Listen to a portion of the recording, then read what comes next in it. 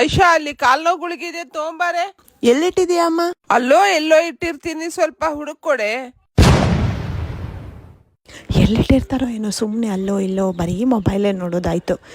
ಏನು ಒಂದು ವಸ್ತು ಸರಿಯಾಗಿ ಇಟ್ಕೊಳ್ಳಲ್ಲ. ಅಮ್ಮ ಸಿಕ್ತು ಅನ್ಸುತ್ತೆ, ಇದೇನು ನೋಡು ಒಂದ್ಸರ್ತಿ. ಇದೆಲ್ಲ ಬಿಡೆ. ಯಾವ ಗುಳಿಗೆ ಅಂತ ಹುಡ್ಕೋದು ರಾಮ ರಾಮ. ಅಮ್ಮ ಈ ಪಾಕೆಟ್ಸಲ್ಲಿ ಏನಾದರೂ ಇಟ್ಟಿದೀಯಾ? ಅಲ್ಲಿಲ್ಲ ಬಿಡೆ. ಮತ್ತೆಲ್ಲಿಟ್ಟಿದಾರಪ್ಪ, ಎಲ್ಲ ಕಡೆ ಹುಡುಕ್. ಆಯ್ತು ಸರಿ, ಇಲ್ಲಿ ಒಂದ್ಸರಿ ನೋಡೋಣ. ಇಲ್ಲಿ ಬರೀ ಮಕ್ಕಳ ಸಿರಫೆ ಇದೆ, ಏನೂ ಇಲ್ಲ ಇದರಲ್ಲಿ. ಅಮ್ಮ ಇಲ್ಲೊಂದು ಗುಳಿಗೆ ಸಿಕ್ತು, ಇದೇನಾ? ಅದು ಕೂಡ ಅಲ್ಲನೇ. ರಾಮ ರಾಮ, ಎಲ್ಲಿಡ್ತಾರೋ ಎಲ್ಲಿ ಹುಡುಕ್ತಾರೋ. ಬಾ, ನನ್ಗಂದ್ರೂ ಸಾಕು ಆಗೋಗಿದೆ ಹುಡುಕಿ ಇನ್ನೆಷ್ಟು ಹುಡುಕ್ಬೇಕೋ, ಯಾವಾಗ ಸಿಗುತ್ತೋ. ಬರೀ ಮೊಬೈಲ್ ನೋಡೋದೇ ಆಗತ್ತೆ.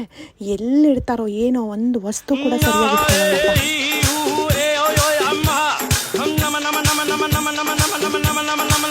ಬೇಡ ಇತ್ತ ಏನೋ, ಇದಕ್ಕೂ ಯಾವ್ದಾದ್ರು ಒಂದು ಪರಿಹಾರ ಹುಡುಕ್ಲೇಬೇಕು ಇವಾಗ. ಇತ್ತೀಚೆಗೆ ಈ 40+ ಜನ್ರೇಷನ್ ತುಂಬಾನೇ ಚೇಂಜ್ ಆಗೋಗಿದ್ದಾರೆ. ಯಾವಾಗ್ಲೂ ಫೋನೇ ನೋಡ್ತಾ ಇರ್ತಾರೆ, ರೀಲ್ಸು ಯೂಟ್ಯೂಬ್ ಅನ್ಕೊಂತ.